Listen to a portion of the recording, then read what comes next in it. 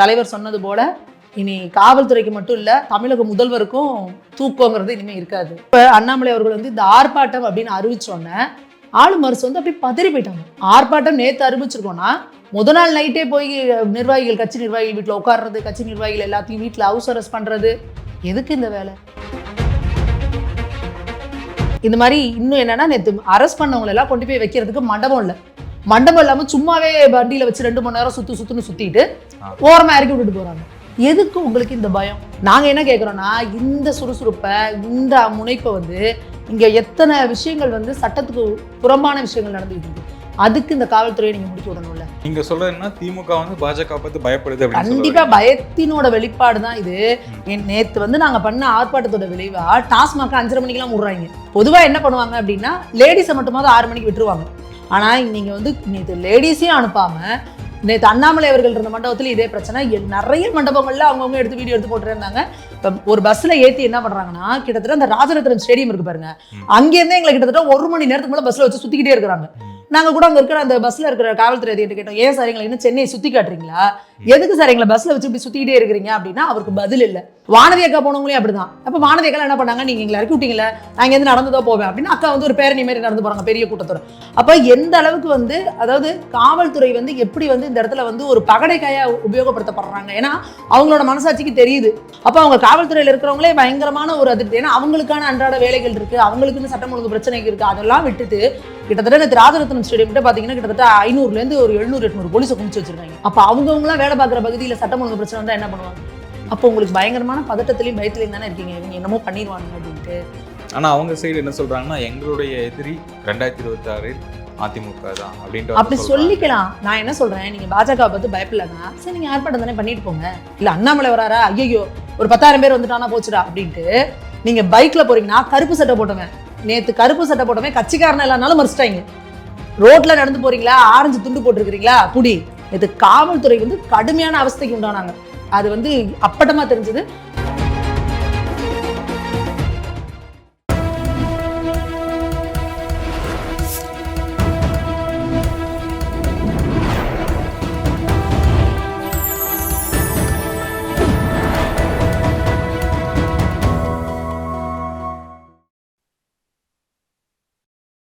Channel 5 தமிழர்களுக்கு வணக்கம். இன்றைய நேர்காணலில் நம்முடன் இருந்திருப்பவர் பாஜகவை சேர்ந்த மகளிர் அணி நிர்வாகி சுமதி மேகவர்ணம் அவர்கள். வணக்கம் மேம்.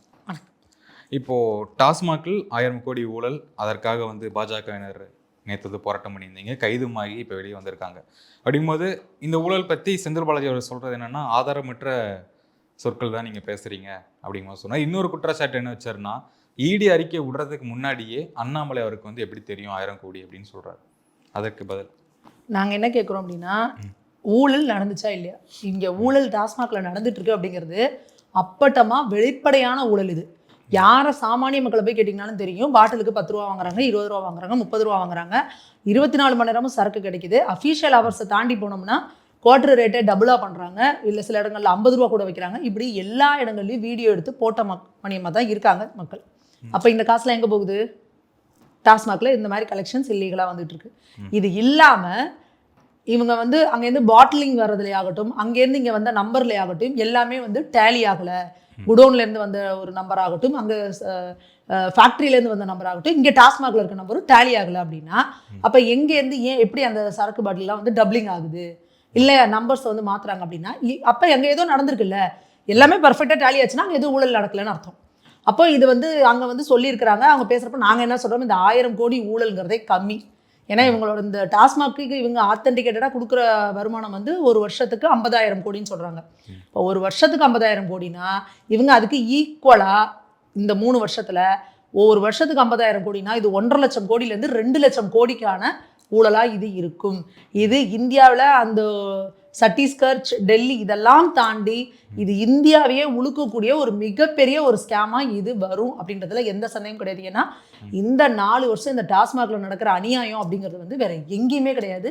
கேட்கறதுக்கு ஆளே கிடையாது. என்ன பண்ண, ஆமாம் அப்படிதான், நீ என்ன பண்ணமோ பண்ணிக்கோ அப்படிங்கிற அளவுக்கு இவங்க வந்து நடத்திட்டு இருக்கிறாங்க. இல்லை இப்போ நீங்கள் இந்த 4 ஆண்டு குறிப்பிடுறீங்களே, அதுக்கு முந்தைய ஆட்சியிலும் அப்படிதான் இருந்துச்சுல்ல. இல்ல முந்தைய ஆட்சியில வந்து பாட்டிலுக்கு 10 ரூபா அப்படின்றதெல்லாம் இது கிடையாது. இவங்க அந்த திமுக ஆட்சிக்கு வந்ததுக்கு அப்புறம் தான், செந்தில் பாலாஜி அவர்கள் கைக்கு போனதுக்கு அப்புறம் தான் இந்த 10 ரூபா பாலாஜி அப்படின்லாம் இந்த பசங்கலாம் கூட ட்ரெண்டிங்லாம் பண்ணாங்க. பாட்டிலுக்கு 10 ரூபா கேட்கறாங்க, 20 ரூபா கேட்கறாங்க. எவ்வளவு இடத்துல வீடியோ எடுத்து போட்டுட்டு வந்துட்டு எவ்வளவு சமூக வலைதளங்கள் இருக்கு பாருங்க. அப்போ சமூக வலைதளத்துல ஒரு வீடியோ எடுத்து போடுறான்னா அது ஆத்தென்டிகேட்டட் ரிப்போர்ட். அப்ப உங்களுக்கு அப்ப நீங்க அதுல ஒரு அமைச்சரா இருக்கவங்க ஏன் அந்த துறையில இருக்கவங்களுக்கு கூப்பிட்டு நடவடிக்கை எடுக்கல? அப்போ எத்தனையோ இடத்துல வந்து அந்த டாஸ்மாக்ல வேலை செய்யறவங்க இல்ல டாஸ்மாக்ல வேலை செய்யறவங்க ஒரு சில வீடியோல பேசியிருப்பாங்க, ஏங்க எங்களுக்கு ஒரு நாளைக்கு இவ்வளவு கலெக்ஷன் கொடுத்தாகணும்னு கணக்கு இருக்குங்க, நாங்க டெய்லி இவ்வளவு கொடுத்தாகணும், ஒரு கடைக்கு 50,000 கொடுத்தாகணும், ஒரு கடைக்கு 60,000 கொடுத்தாகணும், நாங்க என்னங்க பண்ணுவோன்றத பேசுறது வந்திருக்கு. அப்போ ஒரு கடைக்கு 50,000 60,000னா தமிழ்நாடு முழுக்க எத்தனை கடை உங்ககிட்ட இருக்கு? அப்போ எவ்வளோ கோடி ரூபாய் கலெக்ஷன்ஸ் வந்து இங்க வந்து இதாகுது அப்படின்றத பல இடங்கள்ல அண்ணாமலை அவர்களும் பேசியிருக்காங்க. தொடர்ந்து நாங்களும் சொல்லிட்டு தான் இருக்கிறோம். அப்போ இங்க வந்து இடி வந்து இப்போ வந்திருக்காங்கன்னா இது முதல் கட்ட இதுல வந்து சொல்லியிருக்காங்க 1000 கோடி அப்படின்றது. ஸோ அப்போ நாங்க என்ன சொல்றோம், நீங்க நடக்கலைன்னு உறுதியா சொல்றதுக்கு இந்த திமுகவுக்கு தெம்போ திராணியோ கிடையாது. இவங்க எப்பவுமே என்ன சொல்லுவாங்கன்னா நிரூபிங்க, அப்படி இருந்தா முடிஞ்சா நிரூபிங்க அப்படின்னு சொல்றாங்க. இவங்க எப்பவுமே எதுல ரொம்ப பேர் போனவங்கன்னா அந்த விஞ்ஞான ஊழல்ல பண்றவங்க ரொம்ப அப்படின்னு சொல்லுவாங்க. எப்படி நுணுக்கமா அடுத்தவன் வந்து கெஸ்ஸே பண்ண முடியாத அளவுக்கு நூதன முறையில இவங்க வந்து திருடுவாங்க. ஆனா இன்னைக்கு மோடி அவர்கள் ஆட்சி அப்படிங்கிறதே வந்து விஞ்ஞான ஆட்சி தான், டிஜிட்டல் இந்தியாங்கிறதா இது பண்றாரு. அப்ப இவங்க என்ன பண்ணாலும் எப்படிலாம் இவங்களை வந்து இது பண்றது, ஹாலோகிராம் வச்சு செக் பண்றது, பாட்லிங்கோட இது பண்றது, QR கோட் வச்சு இது பண்றதுன்னு எல்லா வகையிலையும் வந்து இவங்களை வந்து இடி வந்து வளைச்சிருக்காங்க, ஒரு ரவுண்ட் பண்ணியிருக்காங்க. அப்ப இதுல வந்து இன்னும் ஒரு பெரிய லெவல்ல இன்னும் பெரிய பெரிய தலைகள்லாம் இதுல மாட்டுவாங்க அப்படின்றதுதான் இதுக்கான இது. ஸோ அதனாலதான் இப்ப அண்ணாமலை அவர்கள் வந்து இந்த ஆர்ப்பாட்டம் அப்படின்னு அறிவிச்சோன்னே ஆளும் அரசு வந்து அப்படியே பதறி போயிட்டாங்க. அவங்களால என்ன பண்றதுன்னே தெரியல. பாத்தீங்கன்னா ஆர்ப்பாட்டம் நேற்று அறிவிச்சிருக்கோம்னா முத நாள் நைட்டே போய் நிர்வாகிகள் கட்சி நிர்வாகிகள் வீட்டில் உட்கார்றது, கட்சி நிர்வாகிகள் எல்லாத்தையும் வீட்டில் ஹவுஸ் அரெஸ்ட் பண்ணுறது. எதுக்கு இந்த வேலை? நாங்கள் ஆர்ப்பாட்டம் பண்ணால் நாங்கள் என்ன பண்ண போகிறோம்? நாங்கள் அந்த ராஜரத்னம் ஸ்டேடியமில் பர்மிஷன் கேட்டிருக்கோம். அங்கே வந்தால் தலைவர் ஒரு மணி நேரம் பேசப்படுறாரு, 2 மணி நேரம் பேசப்படுறாரு, மிஞ்சி போனால் ஒரு 1/2 நாள் இருக்க போகிறோம், நாங்கள் கிளம்பி போகிறோம். நீங்கள் என்ன பண்ணுறீங்க? முத நாள் நைட்லேருந்து போலீஸ் ஃபோர்ஸ் அனுப்பி விடிய எல்லாரும் வீட்டில் போட்டு அரெஸ்ட் பண்ணி ஒரு வீட்டுக்கு 4 போலீஸ் 5 போலீஸை போட்டு இது பண்ணுறது. வர்ற வழியில் தலைவர் எல்லாம் வந்து அண்ணாமலை அவர்களை வந்து வர வழியிலே காரில் மறித்து அவரை அரெஸ்ட் பண்ணி அவரை அங்கேருந்து கூட்டிகிட்டு போய் இந்த மாதிரி இன்னும் என்னென்னா நேற்று அரெஸ்ட் பண்ணவங்களெல்லாம் கொண்டு போய் வைக்கிறதுக்கு மண்டபம் இல்லை. மண்டபம் இல்லாமல் சும்மாவே வண்டியில் வச்சு 2 மணி நேரம் சுற்றுன்னு சுற்றிட்டு ஓரமாக இறக்கி விட்டுட்டு போகிறாங்க. என்ன அப்போ என்ன நினச்சிட்டு இருக்கிறீங்க நீங்கள்? எதுக்கு உங்களுக்கு இந்த பயம்? எதுக்கு உங்களுக்கு இந்த மாதிரியான விஷயங்கள்? நாங்கள் என்ன கேட்குறோன்னா இந்த சுறுசுறுப்பை இந்த முனைப்பை வந்து இங்கே எத்தனை விஷயங்கள் வந்து சட்டத்துக்கு புறம்பான விஷயங்கள் நடந்துகிட்டு இருக்கு, அதுக்கு இந்த காவல்துறையை நீங்கள் முடிக்க விடணும்ல. அப்போ இங்கே அட்லீஸ்ட் பெண்களுக்கு எதிரான எத்தனை பாலியல் குற்றங்கள் நடந்துட்டு இருக்கு, எவ்வளோ கஞ்சா இது பண்ணுறதாகட்டும், கஞ்சா கடத்துறவன் கள்ளச்சாராயம் விற்கிறவன் இவெல்லாம் இருக்காங்கல்ல, அவனை பிடிக்கிறதுக்கு காவல்துறை நீங்க இப்படி ஏவிட்டு நைட்டா போய் நின்னீங்கன்னா நாட்டுல மக்கள் நிம்மதியாவது இருப்பாங்கல்ல. இல்ல நீங்க சொல்றதுன்னா திமுக வந்து பாஜக பார்த்து பயப்படுது. கண்டிப்பா பயத்தினோட வெளிப்பாடு தான் இது. நேத்து வந்து நாங்க பண்ண ஆர்ப்பாட்டத்தோட விளைவா டாஸ்மாக் 5:30 மணிக்கெல்லாம் மூடுறாங்க. நேற்று 5:30 மணிக்கு டாஸ்மாக் மூடியாச்சா? ஏன் அப்ப பயந்துட்டீங்க? மூடியாச்சு. ஏன்னா 5:30 6 மணிக்கு இவங்களை வெளியில விட்டு திருப்பி போய் டாஸ்மாக் வாசல்ல உட்காந்துட போறாங்க அப்படின்னு சொல்லிட்டு 5:30 மணிக்கு டாஸ்மாக் மூடுறீங்க. 5:30 மணிக்கு டாஸ்மாக் மூடியும் கூட 7 மணி 8 மணி ஆகியும் பெண்களை நீங்க வெளியே விடல, மண்டபத்தில் அடைச்சு வச்சுட்டு. நீங்கள் மண்டபத்தில் அடைச்சு வச்சிருக்கீங்கன்னா 6 மணிக்கு மேலே எந்த இடத்துலையும் வந்து பெண்களை வந்து அடைச்சு வச்சிருக்கக்கூடாது அப்படின்றது வந்து கஸ்டடியில் வச்சிருக்கக்கூடாது, காவல்துறையோட கஸ்டடியில் வச்சிருக்கக்கூடாது சட்டம். பொதுவாக என்ன பண்ணுவாங்க அப்படின்னா லேடிஸை மட்டுமாவது 6 மணிக்கு விட்டுருவாங்க. பொதுவாக எல்லாரையுமே 6 மணிக்கு விட்டுருவாங்க. அப்படி இல்லைன்னா லேடிஸை மட்டுமாவது 6 மணிக்கு போகணும்னு அனுப்பிட்டு மித்தவங்களெல்லாம் வச்சிருந்து கட்சி நிர்வாகிகளை வச்சிருந்து 7 8 அந்த மாதிரி அனுப்புவாங்க. ஆனால் நீங்கள் வந்து நேற்று லேடிஸையும் அனுப்பாமல் நேற்று அண்ணாமலை அவர்கள் இருந்த மண்டபத்தில் இதே பிரச்சனை. நிறைய மண்டபங்களில் அவங்கவுங்க எடுத்து வீடியோ எடுத்து போட்டுருந்தாங்க. 6:30 ஆயிடுச்சு, 7 7:30 8 விடவே இல்லை. அண்ணாமலை அவர்களையும் வந்து கொஞ்சம் தாமதமாக தான் அனுப்பியிருக்காங்க. அவர் 7 ஆயிடுச்சு, 7 7:30 ஆயிடுச்சு. அவர் கேட்டுட்டே இருக்காரு, நீங்க இது பண்ணா 6 மணிக்கு ரிலீஸ் பண்ணுங்கிறது ரூல்ஸ், 6 மணிக்கு ஏன் பண்ணல? இன்னும் நீங்க மகளிர் இருக்காங்க, ஏன் மகளிர் விடல? நீங்க பண்றது சட்டத்துக்கு புறமானது, அப்படி இல்லைன்னா எங்களை அரெஸ்ட் பண்ணுங்க, ரிமாண்ட் பண்ணுங்க வாங்க அப்படின்றாரு. அப்போ அதையாவது பண்ணும்ல. ரிமாண்ட் பண்ணால் இவங்களுக்கு அதுக்கான காரணத்தை சொல்லி ஆகணும். அப்போ அங்கே மேஜிஸ்ட்ரேட்டில் ரீசன் சொல்லி ஆகணும். அப்போ இவங்களுக்கு இது பண்ணாதுன்னா அந்த ரிமாண்டும் பண்ண மாட்டேங்கிறாங்க. அப்போ எந்த அளவுக்கு வந்து அதாவது காவல்துறை வந்து எப்படி வந்து இந்த இடத்துல வந்து ஒரு பகடைக்காயாக உபயோகப்படுத்தப்படுறாங்க. ஏன்னா அவங்களோட மனசாட்சிக்கு தெரியுது இது வந்து இவங்க பண்ணுறது தப்பு. அவங்க ஒரு ஆர்ப்பாட்டம் பண்ணுறாங்கன்னா இந்த பிரச்சனை தமிழ்நாடு முழுக்க இருக்குது அப்படின்னா அப்போது இவங்க என்ன காவல்துறை யார் கையில் இருக்குது? முதல்வர் கையில் இருக்குது. அவங்க என்ன சொல்கிறாங்களோ அதை இவங்க செஞ்சாகணும். அப்போ அவங்க காவல்துறையில் இருக்கிறவங்களே பயங்கரமான ஒரு அதிருப்தி. ஏன்னா அவங்களுக்கான அன்றாட வேலைகள் இருக்குது, அவங்களுக்குன்னு சட்டம் ஒழுங்கு பிரச்சனைகள் இருக்குது. அதெல்லாம் விட்டுட்டு கிட்டத்தட்ட நேற்று ராஜரத்னம் ஸ்டேடியம் கிட்ட பார்த்தீங்கன்னா கிட்டத்தட்ட 500லேருந்து ஒரு 700 800 போலீஸை குமிச்சு வச்சுருக்காங்க. அப்போ அவங்கவுங்களாம் வேலை பார்க்குற பகுதியில் சட்டம் ஒழுங்கு பிரச்சனை வந்தால் என்ன பண்ணுவாங்க? நேற்று அவ்வளோ போலீஸை குமிச்சு வச்சுருக்காங்க. அவ்வளோ லேடி போலீஸ்லாம் பார்த்தீங்கன்னா முட்டை வெயில் அப்படி நின்றுட்டு இருக்கிறாங்க. எங்கிட்டுமே போக முடியல. நாங்க திரும்ப எல்லாம் எங்களோட இதெல்லாம் இது பண்ணதுக்கப்புறம் ஒரு 7 மணி போல நாங்க திரும்ப போறோம். 7 மணிக்கு ராஜரத்னம் ஸ்டுடியோ வாசல்ல பாத்தீங்கன்னா பஸ், அத்தனை கவர்மெண்ட் பஸ், போலீஸ்லாம் அப்படியே நிக்குது. திருப்பி நைட்டு 7 மணி 8 மணிக்கு இது வந்துட போறாங்க அப்படின்ட்டு. அப்போ உங்களுக்கு பயங்கரமான பதட்டத்திலையும் பயத்திலையும் தானே இருக்கீங்க, இவங்க என்னமோ பண்ணிடுவானுங்க அப்படின்ட்டு. அப்ப அந்த பயத்தை உருவாக்கியிருக்காங்கல்ல, அப்ப திமுக பாஜகவை பத்தி பயப்படுது அப்படிங்கிறது அப்படமா இது தமிழக மக்களுக்கும் எல்லாருக்கும் தெரிஞ்சிருச்சு. ஆனா அவங்க சைடு என்ன சொல்றாங்கன்னா, எங்களுடைய எதிரி 2026 அதிமுக தான் அப்படின்ட்டு அப்படி சொல்லிக்கலாம். நான் என்ன சொல்றேன், நீங்க பாஜகவை பத்தி பயப்படலன்னா சரி நீங்க ஆர்ப்பாட்டம் தானே பண்ணிட்டு போங்க, எங்கேயும் பண்ணிக்கோங்க அப்படின்னு சொல்ல வேண்டியதானே. நீங்க ஏன் சொல்ல மாட்டேங்கிறீங்க? எதுக்கு இப்படிலாம் போட்டு எதுக்காக ஆளுங்கட்சியா இருக்காங்க ஒரு ஆர்ப்பாட்டம் தர்ணா அப்படின்னா அதை கலைக்க தானே பார்ப்பாங்க, அதுதானே விஷயம். அதாவது ஆர்ப்பாட்டம் பண்றதுக்கு பர்மிஷன் கொடுக்கலாம் கூட ஆர்ப்பாட்டத்தை நடக்க விட்டு கைது பண்ணுவாங்க. பர்மிஷன் இருந்தால் நடத்திட்டு அமைதியான முறையில் கலைஞ்சு போவாங்க. பர்மிஷன் இல்லைன்னா அவங்க போய் ஒரு மணி நேரம் கூடி கோஷம் போடுவாங்க, எல்லாம் பண்ணதுக்கப்புறம் இது பண்ணுவாங்க.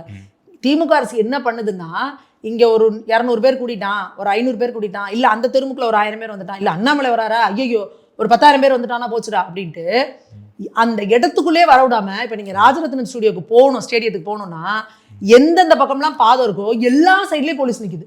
நீங்கள் பைக்கில் போகிறீங்கன்னா கருப்பு சட்டை போட்டவன், நேற்று கருப்பு சட்டை போட்டவன் கட்சிக்காரனை இல்லைனாலும் மறிச்சிட்டாங்க. ரோட்ல நடந்து போறீங்களா, ஆரஞ்சு துண்டு போட்டிருக்கிறீங்களா, பிடிச்சி அங்கங்க பிடிச்சி பஸ்ல எதுக்கு நீங்க இந்த வேலையை பாக்குறீங்க? அப்போ நான் கட்சியில இருக்கேன், நான் ஆர்ப்பாட்டத்துக்கே போகல. இப்போ உங்க மகளிர் நிர்வாகி அப்படிதான் பண்றாங்க. நாங்க ஆர்ப்பாட்டத்துக்கே போகல, நான் கோர்ட்டுக்கு போறேன்னா கூட முடியாது, உங்களை நாங்கள் அரெஸ்ட் பண்ணுவோம். எங்களோட மகளிர் அணி நிர்வாகி நதியாக்கா அவங்கள நாங்கள் இல்லைங்க நாங்கள் கோர்ட்டுக்கு தான் போறேங்கிறாங்க. இல்லை வாங்கன்னா அவங்கள அரெஸ்ட் பண்ணி கொண்டுட்டு போயிட்டு திருமங்கலத்தில் போயிட்டு ஏசி ஆஃபீஸில் கொண்டு போய் உட்கார வைக்கிறாங்க. அப்போ இந்த மாதிரிலாம் நீங்கள் பண்ணுறதோட வெளிப்பாடு என்ன? பயம் தானே, வேற என்ன? திருச்சியில் இருக்க கவிதா ஸ்ரீகாந்த் அக்கா வீட்டில் போயிட்டு நைட்லேயே போய் போலீஸ் உட்காடுறீங்க. வினோத் பி செல்வம் அவர்கள் வீட்டில் போய் போலீஸ் உட்காடுறீங்க. எதுக்காக? இந்த தமிழிசை அக்கா வீட்டில் போயிட்டு போலீஸ் உட்காந்து அவங்கள அங்கேயே வீட்டை விட்டு வெளியில் வராமல் பண்ணுறீங்க. அப்போ என்ன அர்த்தம்? அப்போ இந்த லீடர்ஸ் பின்னாடிலாம் ஒரு பெரிய பெரிய குரூப் வருவாங்க. அப்போ எந்த வகையிலுமே வந்து அந்த கூட்டம் வந்துடக்கூடாது, அப்படியே ஸ்கேட்டர் ஆயிடணும். அப்போ தமிழிசை அக்கா வீட்டுக்கு அங்கேருந்து போயிடுவாங்க, ஒரு 500 பேர் போயிடுவாங்க. இவங்க வினோத் பி செல்வம்னா அவங்க வீட்டுக்கு ஒரு 500 பேர் போயிடுவாங்க. இங்கே இப்போ அவங்க அப்படி இப்படி பிரித்து அந்த கூட்டத்தை பிரித்து விட்டு கலைச்சி விட்டு அண்ணாமலை அவர்களை வந்து அங்கேயே லாக் பண்ணுங்க, நீலாங்கரையிலே லாக் பண்ணுங்க அப்படின்னு அக்கறையிலே இது பண்ணி அங்கே கொண்டு வைக்கிறாங்க. அப்போ நீங்கள் இப்படியே ஸ்கேட்டர் பண்ணி அப்பயும் இங்கே நீங்கள் பார்த்தீங்கன்னா மண்டபத்துல நேத்துதான் வந்து பாஜக முக்கிய நிர்வாகிகள் எல்லாத்தையும் கைது பண்ணிருக்காங்க. எனக்கு எல்லா மூத்த நிர்வாகிகள் எல்லாருமே வந்து களத்துக்கு வந்திருந்தாங்க. எங்கேயுமே கொண்டு போய் வைக்கிறதுக்கு உங்களுக்கு மண்டபம் இல்லை. இப்போ ஒரு பஸ்ல ஏற்றி என்ன பண்றாங்கன்னா, கிட்டத்தட்ட அந்த ராஜரத்னம் ஸ்டேடியம் இருக்கு பாருங்க, அங்கேருந்தே எங்களை கிட்டத்தட்ட 1 மணி நேரத்துக்கு மேலே பஸ்ல வச்சு சுத்திக்கிட்டே இருக்கிறாங்க. நாங்கள் கூட அங்கே இருக்கிற அந்த பஸ்ல இருக்கிற காவல்துறை அதிகாரி கேட்டோம், ஏன் சார் எங்களை இன்னும் சென்னையை சுத்தி காட்டுறீங்களா, எதுக்கு சார் எங்களை பஸ்ல வச்சு இப்படி சுத்திக்கிட்டே இருக்கிறீங்க அப்படின்னா அவருக்கு பதில் இல்லை. மேம் இன்னும் உங்களை எங்க கூட்டிட்டு தகவல் போறது அதுக்கான வழி இல்லை, தெரியல எந்த மண்டபத்துக்கு கூட்டு போகணும்னு அவங்களுக்கு தெரியல. ஏன்னா எல்லா மண்டபமும் ஃபுல்லு. அவங்க என்ன நினைச்சிருப்பாங்க, இந்த இவ்வளவு பேர் தான் வருவாங்க, ஒரு 4 மண்டபம் 5 மண்டபம் புக் பண்ணிக்கலாம், 5 மண்டபத்தில் கொண்டு போய் பிரிச்சு வச்சிடலாம்னு இவங்க பிளான். எல்லா மண்டபமும் ஃபுல்லு. என்ன பண்றதுன்னு அவங்களுக்கு தெரியல. மேடம் கொஞ்சம் ப்ளீஸ் மேடம் பொறுமையா இருங்க, எந்த மண்டபத்துக்கு கூட்டு போகணும்னு எங்களுக்கு தெரியலங்க. ஏன்னா இங்க கூட இருக்கிறவங்க பாவம், அவங்களுக்கு என்ன தெரியும், அவங்க மேல என்ன சொல்றாங்களோ கேட்க போறாங்க. இன்னும் சில இடத்துல பாத்தீங்கன்னா ரவுண்டு 4 ரவுண்டு 5 ரவுண்டு அடிச்சுட்டு ரோட்ல இறக்கி விட்டுட்டு போயிட்டாங்க. ரோட்ல இவர் எங்களோட ஐடி அண்ட் சோஷியல் மீடியா நிர்வாகி அவர் மாநில துணைத் தலைவர் கார்த்திக் கோபிநாத் இருக்காங்க. அவங்க போயிருந்த வண்டியில பாத்தீங்கன்னா ரோட்ல இறக்கி விட்டுட்டாங்க. அவங்க ஏங்க எங்களை வந்து நீங்க அரெஸ்ட் பண்ணல, ஏன் எங்களை வந்து மண்டபத்துக்கு கூட்டு போறேன்னா அவங்கள்ட்ட பதில் இல்லை. மண்டபம் வானதி அக்கா போனவங்களே அப்படிதான். அப்ப வானதி அக்கா என்ன பண்ணாங்க, நீங்க எங்களை இறக்கி விட்டீங்களா, நான் இருந்து நடந்துதான் போவேன் அப்படின்னு அக்கா வந்து ஒரு பேரணி மாதிரி நடந்து போறாங்க பெரிய கூட்டத்தோட. அதுக்கும் பதறாங்க, இது மாதிரிலாம் பண்ணாதீங்க, இது பண்ணாதீங்க அப்படின்னு சொல்லிட்டு. அப்போ நேற்று ஒரு ஹைலி அன்ஆர்கனைஸ்ட், அவங்க எக்ஸ்பெக்டே பண்ணல இவ்வளவு கூட்டம் வரும், எங்கெங்கே எல்லா வகையிலும் இது பண்ணா எல்லா பக்கத்துல இருந்து வந்து பாஜக நிர்வாகிகள் வந்து குமிஞ்சிட்டாங்க. அப்படிங்கிறப்போ அவங்களால எப்படி அதை ஃபேஸ் பண்றதுன்னு தெரியல. இது காவல்துறை வந்து கடுமையான அவஸ்தைக்கு உண்டானாங்க. அது வந்து அப்பட்டமா தெரிஞ்சது. பயங்கரமான அவங்களுக்கு எங்கெங்கேதோ ஆர்டர்ஸ் வந்துகிட்டே இருக்கு. அவங்கள போட்டு காவல்துறையே பயங்கரமான ஒரு அலைக்கழிப்பு, அங்க கொண்டு போங்க இங்க கொண்டு போங்க, அதை பண்ணுங்க இதை பண்ணுங்கன்னு சொல்லிட்டு. அப்ப எதுக்கு உங்களுக்கு பாஜக மேல இவ்வளவு பயம்? திமுக தலைமையில இருந்து என்னத்துக்கு நீங்க வந்து பாஜக தொண்டர்களை பத்தி இவ்வளவு பயப்படுறீங்க அப்படிங்கிறத எங்களுக்கு கேள்வி. ஏன்னா இந்த ஆர்ப்பாட்டத்தை இப்படி நடத்தி இவங்க மக்களோட கவனத்தை திசை திருப்பி இழுத்துட்டாங்க அப்படின்னா அப்போ மக்கள் கேள்வி கேட்பாங்க. ஏற்கனவே இங்கே டாஸ்மாக்னா ஊழல் நடக்குது அப்படின்றது மக்களுக்கே வெளிப்படையாக தெரியுது. அப்போ இவங்க பெரிய லெவலில் ஒரு மாசம் கேதர் ஆகி ஒரு ஆர்ப்பாட்டத்தை நடத்திட்டாங்க அப்படின்னா இது வந்து பெரிய பூதமாக வெடிச்சிரும், பூதாகரமாக வந்துடும். அப்படின்றதுனால இப்போ எப்படி இந்த பிரச்சனைகள் குரலே வெளியே வரக்கூடாது அப்படின்றதான் கேட்டால் இவங்க தான் சமூக நீதி காவலர்கள்னு சொல்லுவாங்க. நாங்கள் தான் ஜனநாயகத்தின் தூண்பாங்க. ஆனால் ஜனநாயகம்னா என்னன்னு கூட தெரியாது, சமூக நீதினா அதுக்கு ஸ்பெல்லிங் கூட தெரியாதுன்னா அது திமுக மட்டும்தான். ஓகே, இப்போ நேற்று அண்ணாமலை அவர்கள் இரவு வந்து ஒரு ப்ரெஸ் மீட் கொடுத்தாரு. அதில் பேசும்போது வந்து விஜய் வந்து ரொம்ப தரக்குறைவா மாதிரி பேசியிருந்தாரு. அதுக்கு நீங்கள் இல்லை, அதாவது எல்லா இடங்கள்லையுமே வந்து தலைவர் சொல்கிறதா அவங்களோட அந்த அந்த டெம்டிங் பாயிண்ட்னு சொல்லுவாங்க, எல்லாருக்குமே அந்த ஒரு லெவல் இருக்குது. நாங்கள் வந்து எப்போவுமே சரி பாஜக அப்படிங்கிறது வந்து களத்தில் போய் மக்களோட நிற்கிறவங்க, மக்களோட மக்களாக நின்று அரசியல் செய்கிறவங்க, மக்கள் பிரச்சனைகள் என்னென்னு பேசக்கூடியவர் அண்ணாமலை அவர்கள். ஏன்னா அவர் வந்து ஒரு அடிமட்ட இதுலேருந்து அவரோட ஒரு லோயர் மிடில் கிளாஸ் ஃபேமிலியிலேருந்து ஒரு விவசாயி குடும்பத்திலேருந்து பிறந்து வந்தவர். அவருக்கு அந்த எல்லா கஷ்ட நஷ்டங்களும் தெரியும், அதை வந்து பேசுகிறாங்க. விஜய் அவர்கள் வந்து பார்ன் வித் சில்வர் ஸ்பூன். அவர் எப்போவுமே சினி ஃபீல்டில் ஒரு மக்களை வந்து மக்கள் தான் அவரை போய் தேட்டரில் பார்க்குறாங்க வந்து மக்களோட அடித்தட்டு மக்களோட பிரச்சனை என்ன அப்படின்றதெல்லாம் வந்து அவருக்கு எந்த அளவுக்கு தெரியுன்றது கூட தெரில. அப்போ அவர் என்ன பண்றாரு அப்படின்னா, ஒரு இடத்துல வெள்ளம் வரப்ப அவர் என்ன பண்றாருன்னா, அந்த பாதிக்கப்பட்ட மக்களை அவர் வீட்டுக்கு அங்கே பனையூருக்கு வர வச்சு அதுக்கான நிவாரண பொருட்களை கொடுக்குறாரு. கேட்டா இல்லை நாங்கள் வந்து முன்னாடி வரைக்கும் நீங்க என்ன சொன்னீங்கன்னா எதுவுமே பண்ணல அப்படிங்கிற மாதிரி சொன்னீங்க. இது பண்ணதுக்கு அப்புறம் வீட்டுக்குள்ள வச்சு இல்ல அததான் நாங்க சொல்றோம். அதாவது பாலிடிக்ஸ் அப்படிங்கிறது என்னன்னா களத்துல போய் மக்களை சந்திக்கிறதா. நான் களத்துக்கு வந்தாலே கூட்டம் ஆயிரும், பிரச்சனை ஆயிரும் அப்படின்னு நீங்க பயந்தீங்கன்னா அப்ப நீங்க அரசியலுக்கு வந்துடக்கூடாது. அப்ப நீங்க ஓட்டு கேட்க களத்துக்கு வராமே போயிருவீங்களா? அப்ப நீங்க உங்களுக்கு வர ஆரம்பிச்சிட்டாரு, இப்ப வெளிய வர ஆரம்பிச்சிட்டாரு. அப்ப ஏன் நீங்க அப்போ வந்திருக்கலாம்ல? அப்ப இப்ப என்ன, இப்ப அந்த வெள்ளம் வந்ததுக்கும் இதுக்கு எத்தனை மாசம் இருக்கும்? அதுக்குள்ளே இப்போ ஒரு முகம் பழகிருச்சா மக்களுக்கு? சும்மா சாக்கு போக்கு சொல்லக்கூடாது. ஏன்னா நீங்கள் வந்து ஒரு சொகுசான வாழ்க்கை வாழ்ந்து பழகினவங்க. நீங்கள் ஏசிலேயே இருந்தவங்க, அந்த ஏசி இதுக்குள்ளேயே கேரவன்லேயே இருந்து அந்த மாதிரி ஒரு வாழ்க்கை பழகினவங்க. நாங்கள் அரசியல்வாதிகள் வெயிலையும் மழையிலையும் வெள்ளத்துலையும், வெள்ளம் வருதா அப்போ தான் நாங்கள் இறங்கி வெள்ளத்தில் ஓடணும் மக்களை போய் பார்க்கறதுக்கு. ஒரு பேரிடர் வருதா ஒரு இதுனா நாங்கள் போய் மக்களோட மக்களாக இருக்கணும் அப்படிங்கிறது தான் அரசியல்வாதிகளோடது. அப்போ நீங்கள் அது பண்ணாமல் நீங்க எதுக்காக நீங்க என்ன பண்ணிட்டு இருக்கீங்க? திமுகவோட என்ன ஐடியாலஜியோ அதை தான் இன்னைக்கு பேசிட்டு இருக்காங்க அவங்க.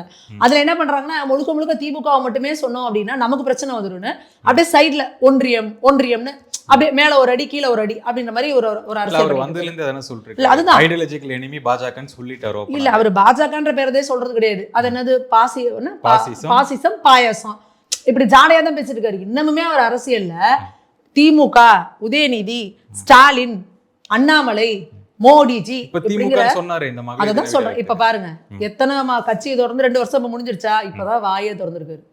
அப்போ நீங்க அந்த அளவுக்கு பயந்து டிப்ளமேட்டிக்கா அரசியல் பண்ணிட்டு இருக்கீங்கன்னா நீங்க என்ன பண்றீங்களோ போடணும்.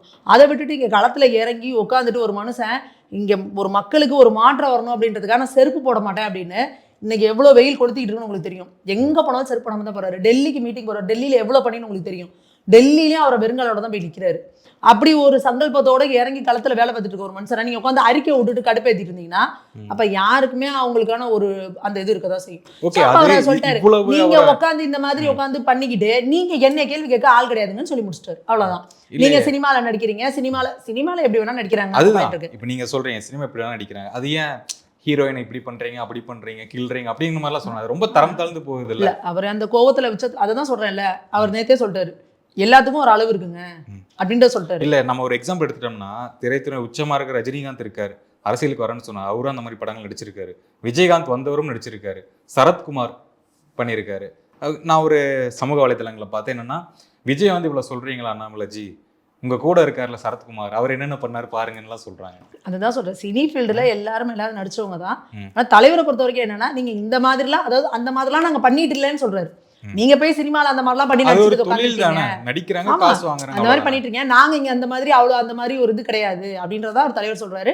அதோட அர்த்தம் என்ன அப்படின்னா, சும்மா உட்காந்துக்கிட்டு நீங்க ஒர்க் ஃப்ரம் ஹோம் பாலிடிக்ஸ் பண்ணிக்கிட்டு அங்க வீட்டுல இருந்துட்டு ஒரு லெட்டர் பேட்ல இது அறிக்கை விட்டுட்டு இருக்க கூடாது. நாங்க களத்துல நின்றுருக்கோம், எங்களை வந்து நீங்க பேசுறதுக்கு உங்களுக்கு கிடையாது, நீங்க திமுகவோட பி டீம் அப்படின்றத நேற்று வந்து வெளியிட்டிருக்காரு. ஓகே, இப்போ இந்த பிரச்சனை வந்து பாஜக வந்து கையில் எடுத்து பெரிய அளவில் பண்ணிட்டு இருக்காங்க. அப்படிங்கும்போது அதிமுக வந்து இதை வந்து கண்டுக்கவே இல்லை அப்படின்னு தான் நம்ம சொல்லணும். எங்கேயும் வந்து பேசின மாதிரி எனக்கு நீங்க தெரியல, அமைச்சர்களும் யாரும் பேசுன மாதிரி தெரியல. அது ஏன் அப்படின்னு நினைக்கிறீங்க? கண்டுகொள்ளாம கேட்கணும். அது என்ன காரணம் என்னன்றது அவங்க தான் கேட்கணும். எப்போவுமே பாஜகவை பொறுத்த வரைக்கும் மக்களோட நலனில் அக்கறை இருக்கிறவங்களா எப்போவுமே நீங்கள் வந்து இந்த திமுக வந்ததுலேருந்து பார்த்தீங்கன்னா ஒரு எதிர்க்கட்சி தலைவராக வந்து அண்ணாமலை அவர்கள் வந்து செயல்பட்டு இருக்காரு. திமுக என்ன தப்பு செஞ்சாலும், எங்கே கொள்ளை அடிக்கிறாங்க, லஞ்சம் ஊழல், எங்கே அங்கே வந்து பிரச்சனை நடக்குது, ஒரு அரசாங்கத்தில் நிர்வாகத்தில் ஒரு பிரச்சனை நடக்குதுனாலும் அதை சுட்டி காட்டுற இடத்துல, அந்த தப்பை வெளிக்கொண்டுற இடத்துல வந்து அண்ணாமலை அவர்கள் எப்பவுமே முதல்ல இருக்காரு. அதுதான் மக்களுக்கான அரசியல். அதனாலதான் ஒரு பிரச்சனையா அண்ணாமலை அவர்கள் என்ன சொல்றாருன்னு பாரு அப்படின்னு பாக்குற இடத்துல மக்களும் இருக்கிறாங்க. அப்போ அவங்க என்ன பண்றாங்க, இவங்க என்ன பண்றது பாக்குறாங்க. நம்ம கட்சியில நம்ம என்ன பண்ணணும் அப்படின்றத அண்ணாமலை அவர்கள் ரொம்ப தெளிவா முன்னெடுத்துட்டு போறாரு. அந்த வழியில வந்து பாஜகவும் போயிட்டு இருக்கு. இப்போ சட்டசபையில் நடந்தது என்னன்னா, சபாநாயகருக்கு எதிராக வந்து நம்பிக்கையில்லா தீர்மானம் அப்படின்னு போயிட்டு இருக்காங்க. ஏன் அமைச்சர்கள் ஏன் இது பேசல அப்படின்னு நினைக்கிறீங்க? அவங்களுக்குள்ள ஒரு டீலிங் அப்படின்னு தான் வந்து விமர்சனம் இல்லை வந்திருக்கு. அதுதான் என்ன பிரச்சனை, ஏன்னா அவங்களோட டைம்லேயும் இருந்திருக்கு அந்த டாஸ்மாக் அப்படின்றது. ஸோ அப்போ இதை வந்து இது பண்ணால் நம்மளோட பேரும் மாட்டும் அப்படின்ற மாதிரி அவங்க நினைக்கிறாங்களா என்னன்றது தெரில. ஆனால் எங்களை பொறுத்த வரைக்கும் என்னன்னா, எதிர்க்கட்சியாக அவங்க நிச்சயமாக இந்த ஒரு பிரச்சனையை வந்து வெளியே கொண்டு வந்திருக்கணும். ஏன்னா திமுக இங்கே வந்ததுக்கப்புறம் இந்த டாஸ்மாக் அப்படி, ஏன்னா நீங்கள் ஏடிஎம்கே டைமில் வந்து டாஸ்மாக்லாம் இப்படி டார்கெட் வச்செல்லாம் விற்கல, இப்படி 24 மணி நேரம் விற்கல, நம்ம பார்த்தோம் கண்கூடா. ஏன்னா எப்படி இந்த 21 இந்த டிஎம்கே வந்ததுக்கப்புறம் அந்த டாஸ்மாக் எப்படி மாறுது, எப்படி குடிகாரர்கள் வந்து குடி நோயாளிகளாக மாறுறானுங்க, எப்படி இந்த சரக்குலாம் தரமற்றதா கூட வருது, பாட்டில்லாம் கலப்படம் இருக்கு, பாட்டிலுக்குள்ள தேள் இருந்துச்சு, பாட்டிலுக்குள்ள பாம்பு இருந்துச்சு, பூரா இருந்துச்சுலாம் போட்டோ எடுத்து போட்டாங்க. அப்போ எப்படி ஒரு கம்பெனியில் ஆத்தரைஸ்டு ஒரு சர்டிஃபைடு கம்பெனில இருந்து வர அந்த டிஸ்டிலரிலேருந்து வரல அந்த சரக்கு வந்து இப்படிலாம் இருக்கு அப்படின்னா அப்போ என்ன நடக்குது அப்படின்லாம் நிறைய. அது எப்படின்னா சோஷியல் மீடியாவில் கேட்கறதோட போகிறத விழிஞ்சு அதை அடுத்த லெவலுக்கு என்ன எடுத்துகிட்டு போய் கேட்கறதுக்கு இங்கே எதுவுமே இல்லை. இப்போ இடி உள்ளே வந்திருக்கிறதுனால இப்போ தெரியும் அப்படிங்கிறப்போ நிச்சயமாக எல்லாருமே குரல் எழுப்பணும். எல்லாரோட இதுவும் தான் இது. ஓகே, அடுத்த கட்ட நடவடிக்கை என்னவா இருக்க போகுது பாஜகவில்? தலைவர் சொல்லியிருக்காரு நேற்று ப்ரெஸ் மீட்டில், இனி வந்து போலீஸ்காரங்க தூங்க விட மாட்டோம் அப்படின்னு சொல்லியிருக்காரு.